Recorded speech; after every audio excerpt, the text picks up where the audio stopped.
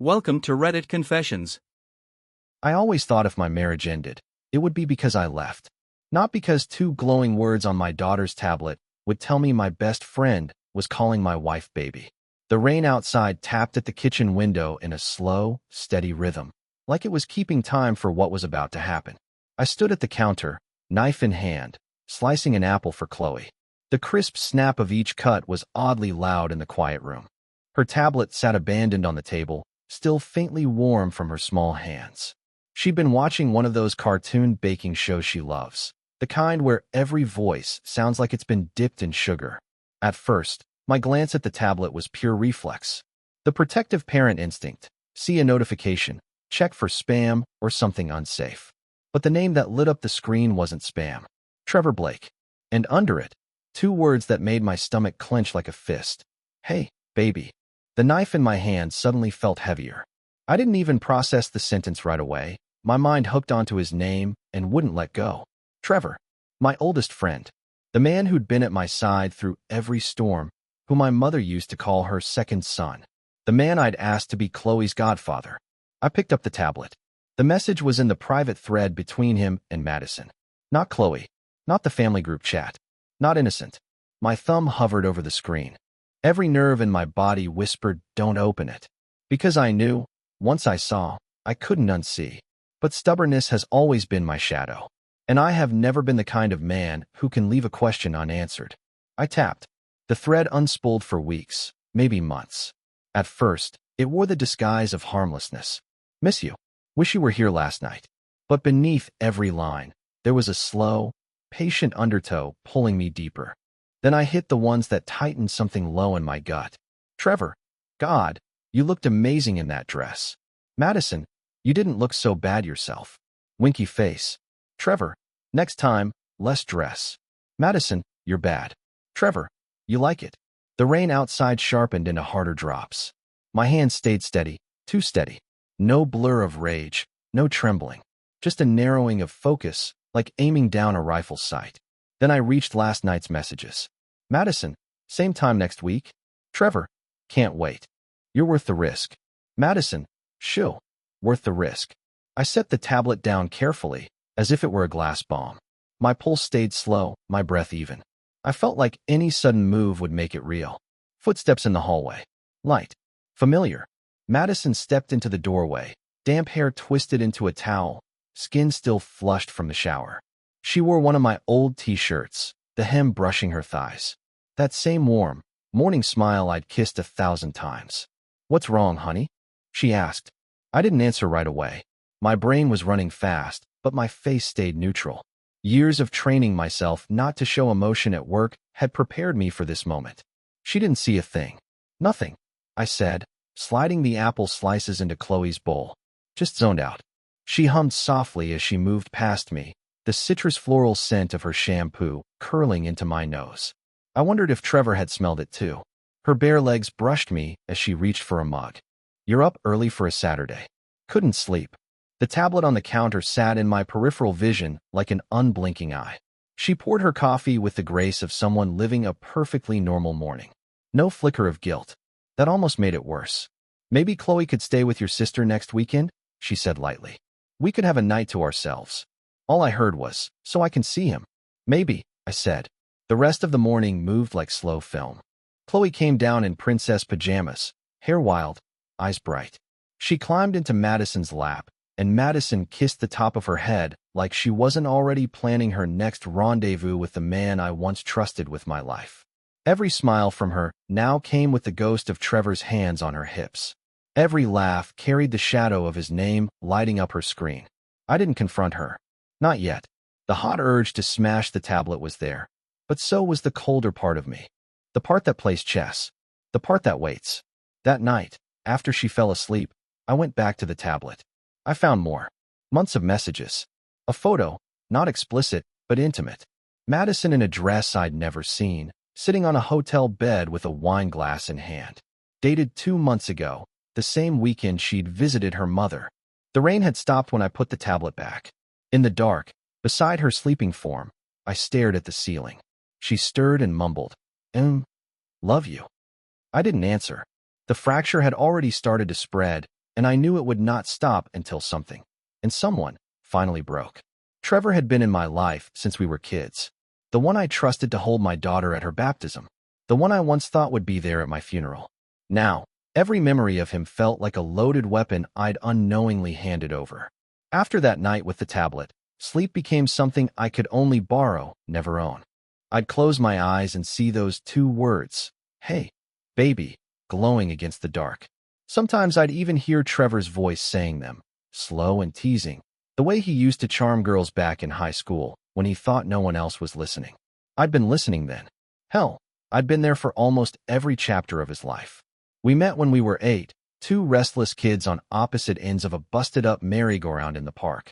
He talked like the world would vanish if he stopped, telling me his parents were splitting, that he hated the kid across the street, that he was going to be a famous baseball player one day. I liked him instantly. Maybe because he had the confidence I didn't, or maybe because he treated friendship like a blood oath. With Trevor, once you were in, you were in. By middle school, we were a package deal. My mom drove him to practice when his dad forgot, and his mom made me spaghetti when mine worked late. We could walk through each other's kitchens in the dark without bumping into a single chair. When my dad died during our sophomore year, Trevor was there. No big speeches, no hollow I'm sorries. Just sitting next to me in a suit too big for him, knees bouncing under the folding chair, silent in the crowd of casseroles and condolences. Life kept rolling, graduation, college, jobs. I stayed local. Trevor went 2 states away, but came back often enough to keep the thread between us tight. He was the first call I made when I proposed to Madison, the one cracking jokes at my rehearsal dinner to keep me from overthinking my vows. He was the first to hold Chloe after her baptism. It wasn't just symbolic, it was a declaration. This is the man I'd trust with my child's life if I couldn't be there. Now that weight felt like a joke someone played on me when I wasn't looking. In the weeks after discovering the messages, certain memories began to replay in my head like someone had tampered with the film. Madison's girls' night, last month, the same night Trevor just happened to be in town for work. I remembered her coming home flushed from the cold, smiling in that distracted way, hair loose in a way that didn't fit the story. Or the barbecue at Rachel's, when I caught Trevor watching Madison from across the yard. Not the way you glance at a friend's wife, but the way you look at something you've already touched and want to touch again. I'd chalked it up to my imagination. Betrayal turns you into a detective. Suddenly, every laugh, every glance, every pause gets examined under a harsher light.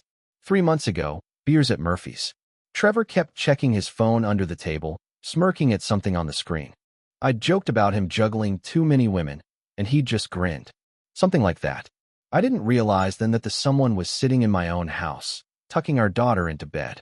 Now, in the quiet of my kitchen, I lined those moments up in my head like dominoes, ready to fall. Madison noticed my silence one morning over breakfast. "You've been quiet lately," she said, pouring coffee like she was narrating an ordinary day. "Is everything okay?"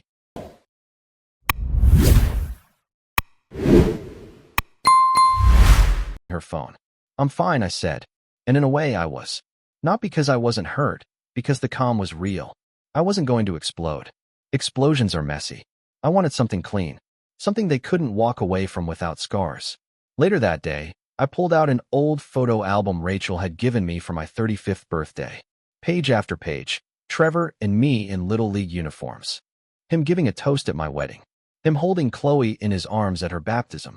But the photo that stuck was a candid, me and Trevor by a campfire years ago, laughing, beers in hand. Back then, that moment felt like safety. Now it looked like the setup to a joke where I was the punchline. I put the album back. I didn't need it anymore. Every page was etched into my memory now. That night, as I lay in bed, Madison's phone buzzed. She turned away from me, whispered into the dark. I caught one word, later. I didn't yell. I didn't throw anything. I stopped eating. It started the morning after I heard her whisper later into the dark. There wasn't some dramatic scene at the sink. No man gripping the counter while sad music swelled in the background. It was quieter than that. Calm, almost casual. I poured my coffee, looked at the eggs in the fridge, and thought, no. Not because I wasn't hungry, but because hunger felt like a tool. Hunger sharpens you. It cuts away softness. It forces the mind into stillness, into focus. I'd read somewhere that warriors used to fast before battle, to strip themselves of comfort, to make their minds clean and ruthless. That made sense to me. And this was going to be a kind of war. Day one was easy. Skipped breakfast, barely touched dinner. Madison noticed when I only pushed pasta around my plate while Chloe giggled and asked if I was making art. Not hungry, I told them. Madison tilted her head. You feeling sick? She asked. Just tired, I said. By day 3, the edges of my thoughts felt honed, like a blade finally sharpened after months of neglect. Little things started standing out. The way her smile shifted almost imperceptibly when her phone buzzed. How she paused, just a fraction, before answering certain messages. How she'd started showering at night instead of in the mornings, a habit that had never been hers before. The emptiness slowed my body but sped my mind. I started building timelines in my head, mapping girls' nights against Trevor's business trips, cross-checking weekends Chloe had been at Rachel's. Too many neat overlaps to be coincidence. By the 4th morning, she called me on it. You've barely eaten this week, she said, shaking cereal into a bowl. I'm fine, I replied. Is this some intermittent fasting thing? Because that's not healthy. Her hair was pulled back, a few loose strands catching the light. She was wearing the robe I'd bought her last anniversary. I'm not punishing myself, I said. If that's what you're thinking. Punishing me for what? She asked. I didn't say you, I said, and smiled like it was a joke. She didn't laugh. By the end of the week, the ritual was part of me. Coffee in the morning, water all day, a handful of almonds if the dizziness was distracting. At night, I sat in my office, catching up on work, which in reality meant building a case, screenshots, emails, a spreadsheet of dates and locations. It was mechanical, clinical. This wasn't a tantrum. It was a prosecution. On the 8th day, Madison approached me in the kitchen, voice low. Are you punishing me for something? I turned to look at her, slow and deliberate. Should I be? I needed to know if they'd lie to my face with me standing right there. Saturday came dressed in gray, the air carrying that metallic tang you can taste before rain breaks. I woke up steady, light in the way fasting makes you light, empty but sharp, like my insides had been cleared for one purpose. Chloe patted in with her sketch pad and a fistful of markers, climbing into bed between us. She drew lopsided cupcakes and a cat with a crown while Madison kissed my cheek and asked if I wanted pancakes. Maybe later, I said. We've got the game this afternoon. Her brow furrowed. Game? Trevor's coming over, I said, casual as a shrug. Kick off at 4. There was a pause so small most people would miss it, but I didn't. A half-second hitch in her smile before it reattached. Oh, nice, she said. I can make a charcuterie board. Perfect, I said. Chloe's head popped up. Is Uncle Trev bringing the loud voice? Probably, I said, ruffling her hair. Think you can beat him at Mario Kart later? She nodded like we'd just made a pact. Madison slid out of bed to shower, humming under her breath. I watched the doorway long after she disappeared into steam. I didn't need water to wake me. Hunger had already done that. Downstairs, I walked the kitchen like a general surveying ground before a siege, clocking angles, sight lines, reflections in oven glass. Every position cataloged, where I could see them, where I could hear them without being seen. At 10, Rachel called. You ready? She asked, no preamble.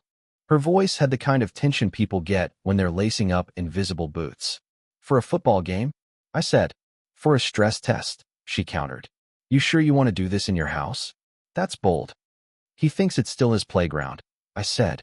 Might as well remind him I know where the swings are. You want me to take Chloe out for the day? She offered. Leave her for the first half? I said. Let's see how he wears that godfather crown when she's in the room. Rachel let out a short, dark laugh. You scare me when you're calm. You and me both, I said, and hung up. I prepped the stage without making it look like a stage. Beer in the fridge, his favorite. The pumpkin patch photo of the 4 of us straightened, so it was impossible to miss. Lights dimmed to that soft, shadowed glow that makes a room feel smaller. At noon, Madison drifted through the kitchen in a charcoal sweater, slicing pears with precise, delicate movements. You didn't mention inviting Trevor, she said, eyes on the cutting board. Last minute, I lied easily. Texted him this morning. She placed the pears like a florist placing flowers. What about Mark? Thought you usually invite him for big games. Mark's busy. Besides, Trevor's been away so much. Be good to catch up. She said, the knife clicking against wood. It'll be nice to see him. By 3:40, the crunch of gravel in the driveway announced him. Chloe bolted to the window. He's here, she yelled. I opened the door to Trevor Blake in a charcoal blazer, grinning like the kind of man who's sure the room already belongs to him. 2 six-packs in hand, hair damp from rain. Look at this guy, he boomed, pulling me into a hug that smelled like aftershave and diner coffee. His palm hit my back too hard, like he was marking territory. Lose weight, he said, squinting. You look lean. Cutting back, I said. Come in. Madison turned from the counter, the warmth in her smile seasoned with surprise. Trevor, she said, stepping into a hug that was appropriate in any photo but lasted 1 beat too long. You made the board I like, he said, glancing down at the table. Don't eat it all before kickoff, she said. We took our seats like people do in photographs. Me in the chair angled just right. Trevor stretched across the couch. Madison close enough to touch, but not touching. The game filled the room with noise, but the silence underneath it was louder. I watched him like a man studying an animal in a cage. How his posture changed when she left the room, how his laugh tightened when she returned. At halftime, Chloe declared she needed to build a tent for Princess Sir Pounce. We draped a sheet over chairs, creating a pale cave. She called Trevor over and demanded a toll for entry. A compliment, she said solemnly. You, Trevor said with mock reverence, are the queen of tents. We were a picture of domestic normalcy, the kind that would look perfect in a frame. And that's the thing about lies. They love good lighting.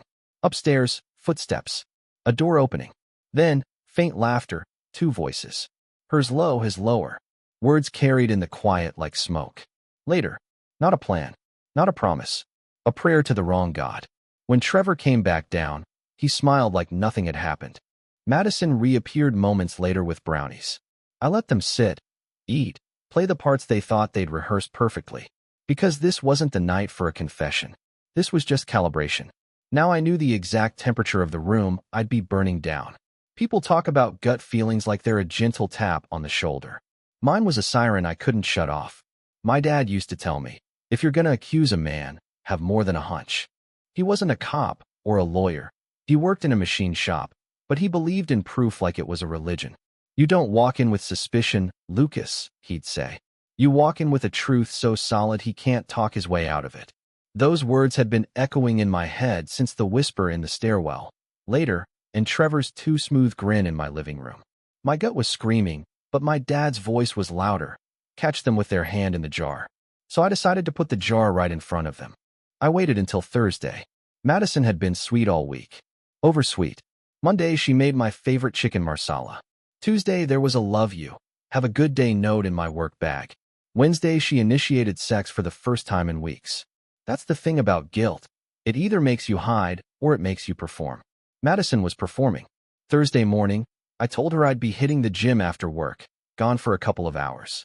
She smiled, kissed me, and asked if I'd be back for dinner. Maybe, I said.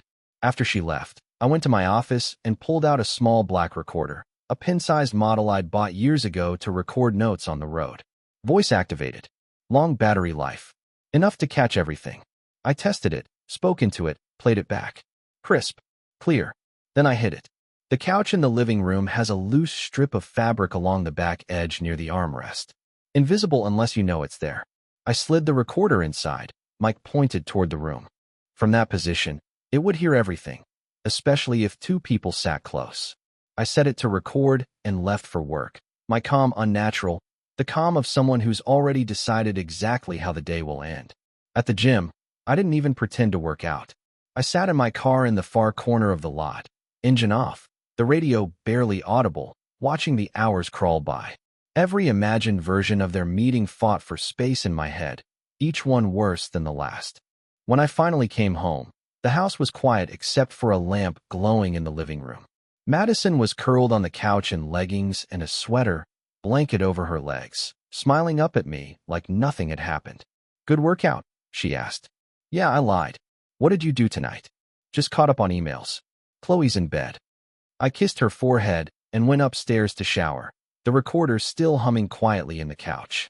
Hours later, when she was asleep, I took it into my office, plugged it into my laptop, and opened the file. At first, silence. The hum of the fridge. Then, footsteps. Madison's voice, low, speaking to herself as she scrolled her phone.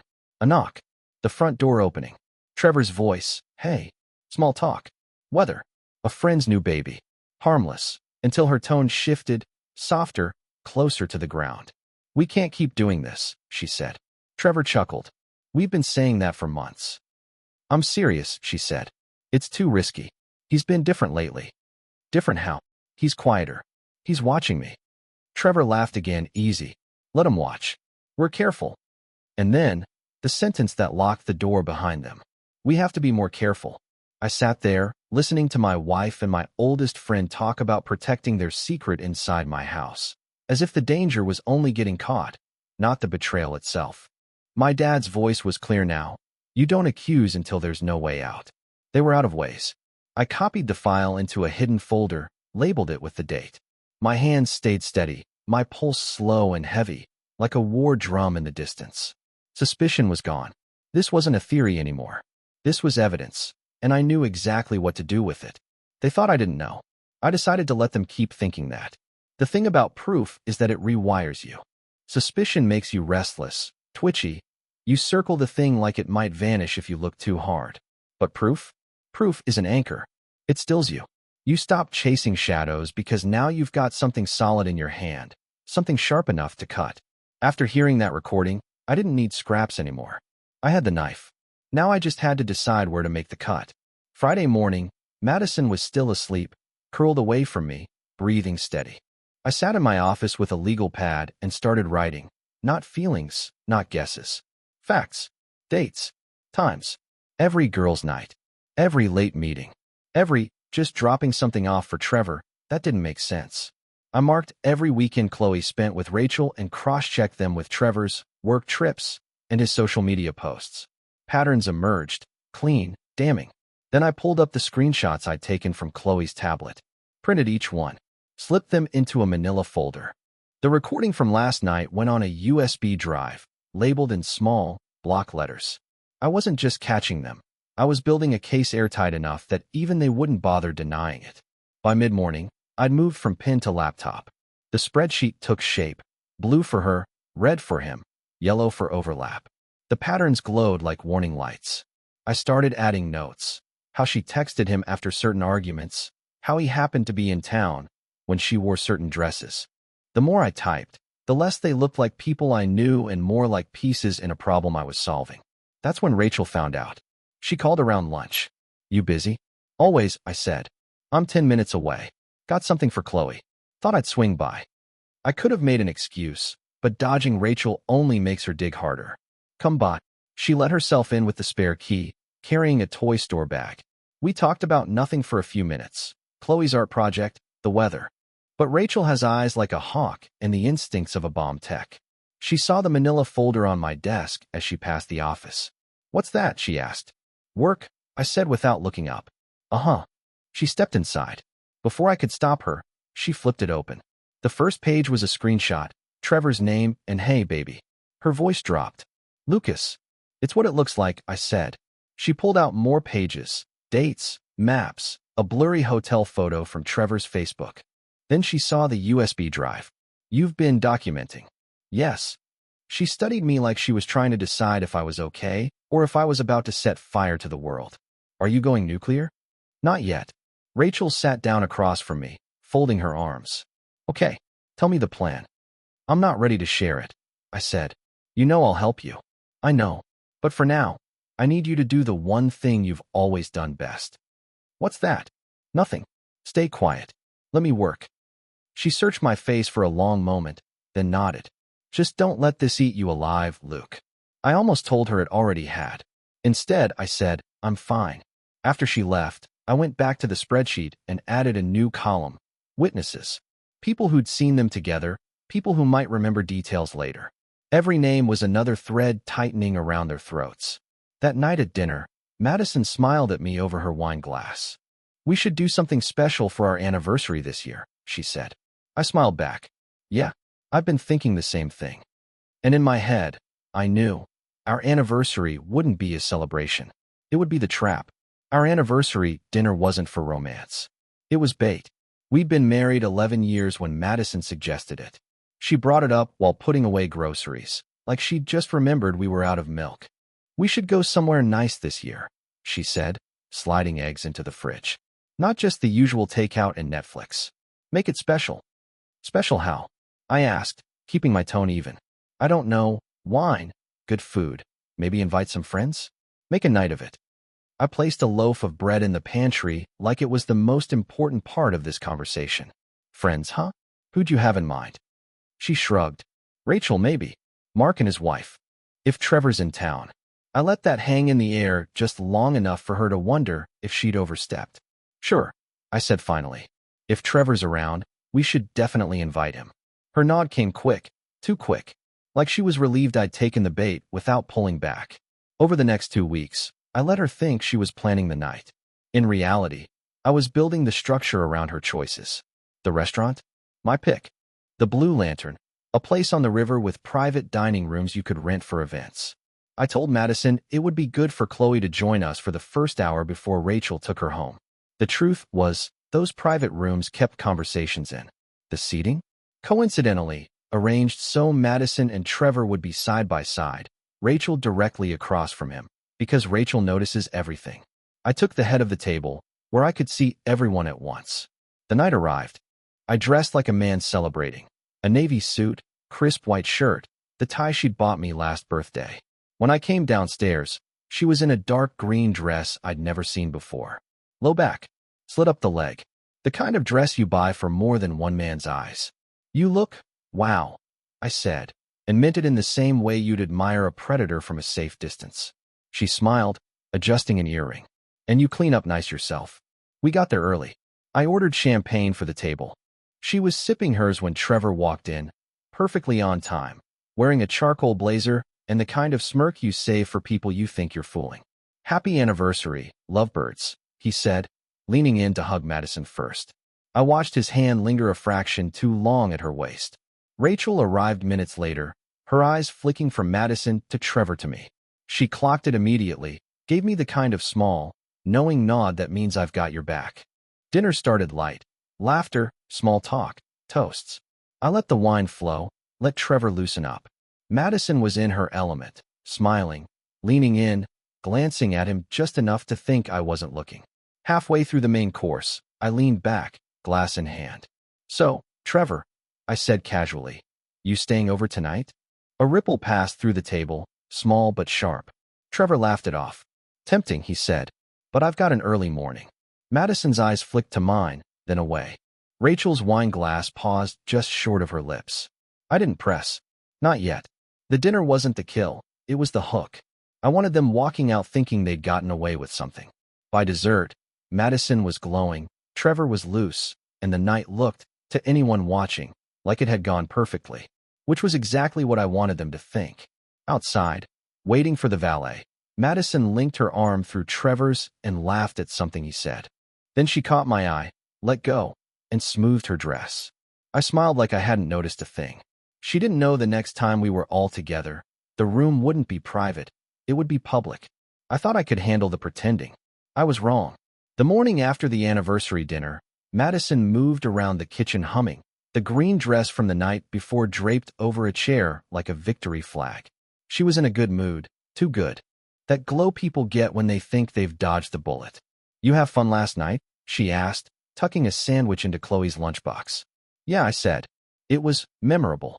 She smiled like I'd just passed some unspoken test. For the next 2 days, I wore the mask. Went to work, came home, played the part of the ordinary husband. At night, I lay beside her, listening to the sound of someone who believed she was safe. But the truth was, I'd been replaying that dinner in my head on a loop. The way Trevor leaned toward her when he thought no one was looking, the flicker in her eyes when I asked if he was staying over, the subtle tension in Rachel's posture. Pretending wasn't difficult. It was the weight of it, rotting quietly in my chest, that I couldn't stand. On the third night, I came home later than usual. Madison was in the living room, curled into the corner of the couch, phone pressed to her ear. She didn't hear me in the hallway. Her voice was soft, low, playful. Last night was, God, I can't stop thinking about it. A pause. Then the laugh, quiet, private, the kind you don't give to just anyone. Don't worry, he doesn't suspect a thing. Another pause. Next week works. Same place? Then sharper laughter, like a blade flashing in the sun. Yeah, well, he bought the whole act. You were perfect. It was that last you that did it. Not the word. Words are cheap, but the intimacy behind it, aimed like an arrow. Something inside me shifted, not a break, but a lock sliding open. The last lock. I stepped back, walked into the kitchen, poured a glass of water, drank half, stared out at the dark yard, my reflection looking back at me in the glass. My pulse was steady, my breathing even. This wasn't the moment to confront her. This was the moment to end the waiting. When she hung up and came into the kitchen, she smiled at me like nothing was wrong. You okay? She asked. Fine, I said. Just tired. She kissed my cheek and went upstairs. I watched her go, then took out my phone and sent Rachel a single text. Tomorrow. It starts. Rachel's reply came back almost instantly. Burn it down. If I was going to burn my marriage, I'd make sure the whole room saw the flames. Rachel's backyard smelled like summer smoke. The grill going, kids running through sprinklers, someone's deviled eggs disappearing in under 10 minutes. On the surface, it was the kind of Saturday that pretends everything is fine. Normal as camouflage. 3 days earlier, I told Rachel my plan. I wanted people there. Family, friends, the ones whose opinions carried weight. Witnesses. She didn't even flinch. I'll handle the guest list, she said. You just bring the matches. So here we were. Madison in a sundress, laughing by the picnic table with 2 friends. Trevor leaning against the deck railing, beer in hand, spinning some story that made everyone smile. If they noticed me watching them separately, they didn't show it. We ate first, burgers, ribs, corn on the cob. Kids ran in and out of the house, leaving trails of water on the hardwood. Madison moved through the crowd with practiced ease. Trevor stayed close enough to be part of the scene, but not so close to draw attention. The choreography was almost impressive. Almost. When the plates were cleared and people settled into fresh drinks, I stood and tapped my glass. Hey, I said. Before everyone scatters, I wanted to share something. Heads turned.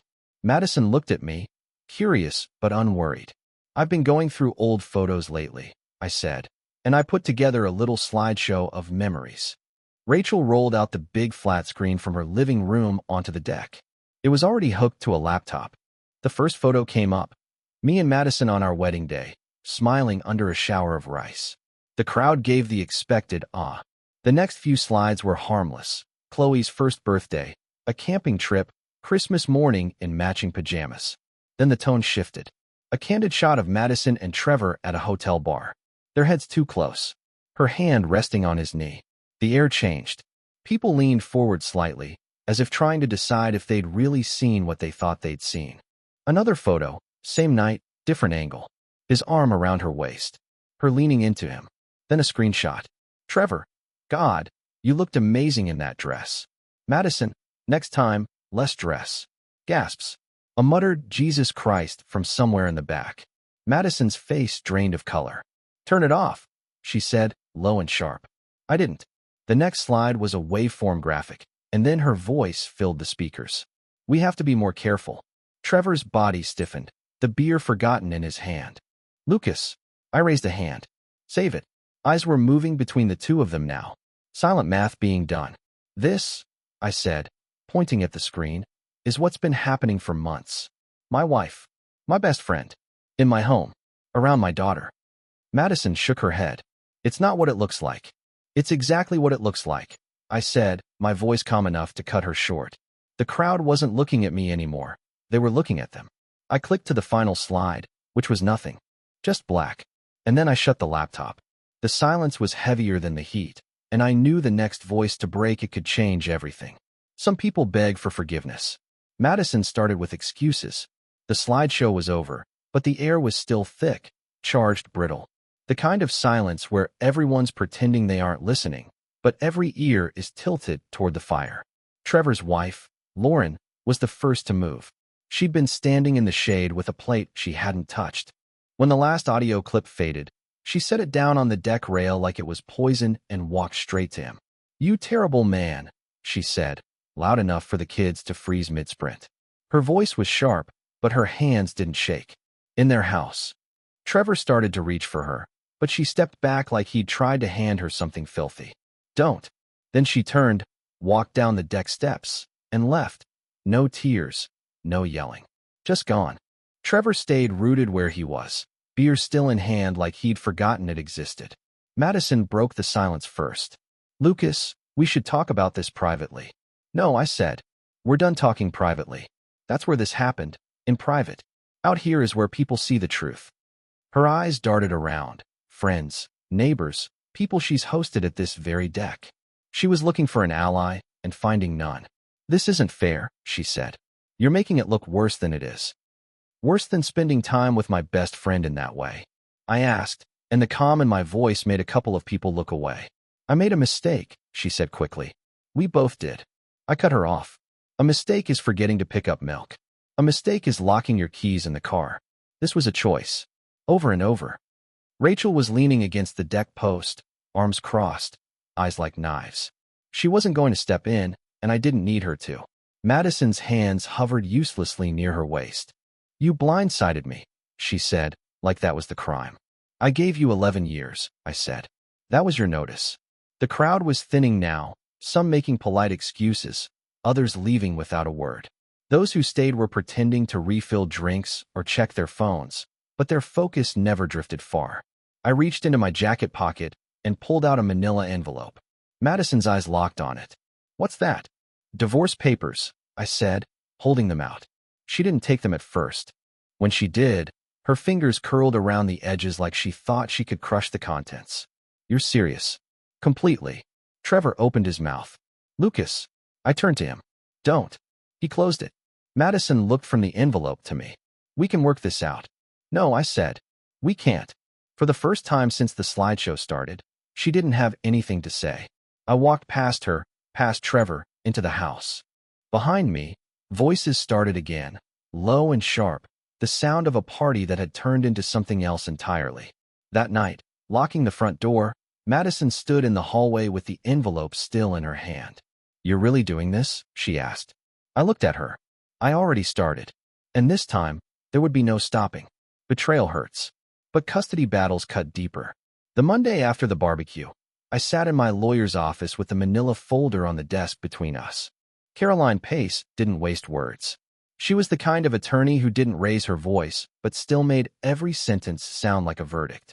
Rachel had recommended her after watching her dismantle an opposing counsel in a custody case last year. She didn't deal in sympathy. She dealt in outcomes. You've been busy, she said, flipping through the screenshots, the photos, the spreadsheet. She plugged in the USB, listened to maybe 20 seconds of the audio, then nodded once. This is thorough.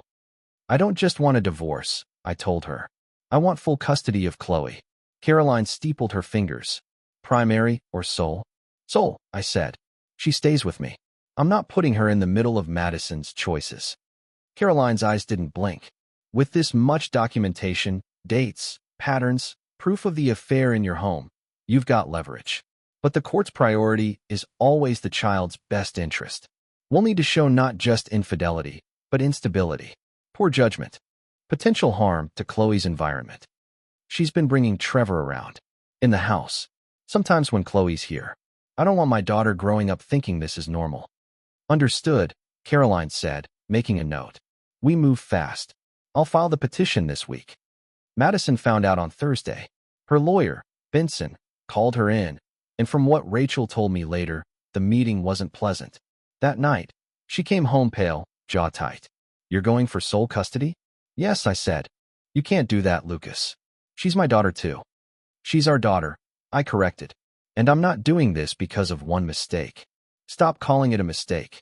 I'm doing it because you've shown me exactly what kind of environment you think is acceptable. She glared, but fear flickered under it. Benson says you probably won't win. Caroline says otherwise. So you're really going to drag this into court? I'm really going to protect my daughter. She didn't reply. She just turned and left the room, her footsteps sharp against the floor. 2 days later, Rachel texted me a screenshot, Madison telling a mutual friend, he's serious. My lawyer says with what he's got, I'm likely to lose custody if I fight him. That was the first time I felt something close to satisfaction, not joy, not triumph. just the solid weight of a move landing exactly where I'd aimed it. That night, Caroline called. "She's panicking," she said. "That's good. Keep your head down. Let me handle the rest." "I've been keeping my head down for months," I told her. "I can do it a little longer." But I already knew. I wasn't just keeping my head down. I was watching for the perfect moment to strike again. If she wanted freedom, she could afford it herself. Caroline's advice after filing for custody was simple. Control the resources, control the leverage. She didn't mean it like a motivational poster. She meant it like a siege. Cut off the supply, watch the fortress crumble. Madison and I still shared a joint checking account, a savings account, and 2 credit cards, one of which she'd been using more often since the barbecue. I didn't think she'd suddenly developed a love for retail therapy. This was her trying to keep up appearances. I decided appearances would cost her. Tuesday morning, I walked into the bank.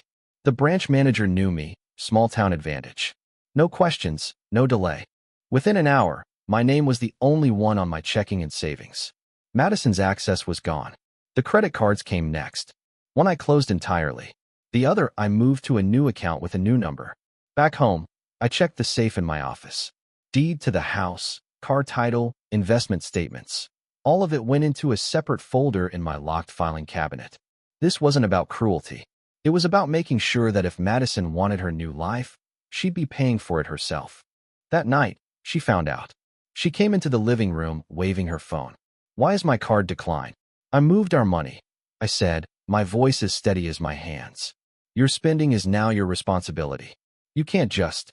"I can." And I did. "You've got a job. You'll manage." Her eyes were sharp, but her voice wavered. "I have bills, Lucas. Rent, utilities. You live here," I reminded her. For now. 2 weeks later, she didn't. Rachel sent me a photo. Madison's SUV parked outside her parents' house across town, boxes piled in the back. I didn't ask how she knew. Rachel has her ways. Madison didn't say she was moving out, but her absence was obvious. Her closet was half empty. The perfume bottles were gone. The green dress from the anniversary dinner? Missing. Chloe didn't ask many questions. I didn't give her any. That night, Caroline called. "You've tightened the screws. She's operating from a weaker position now. It'll help at mediation." "It's not about mediation," I said. "It's about making sure she understands what she's lost." Caroline didn't comment. Lawyers rarely do when they hear the truth under the strategy.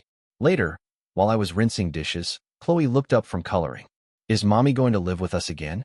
I knelt down, met her eyes. "No, sweetheart. She's not."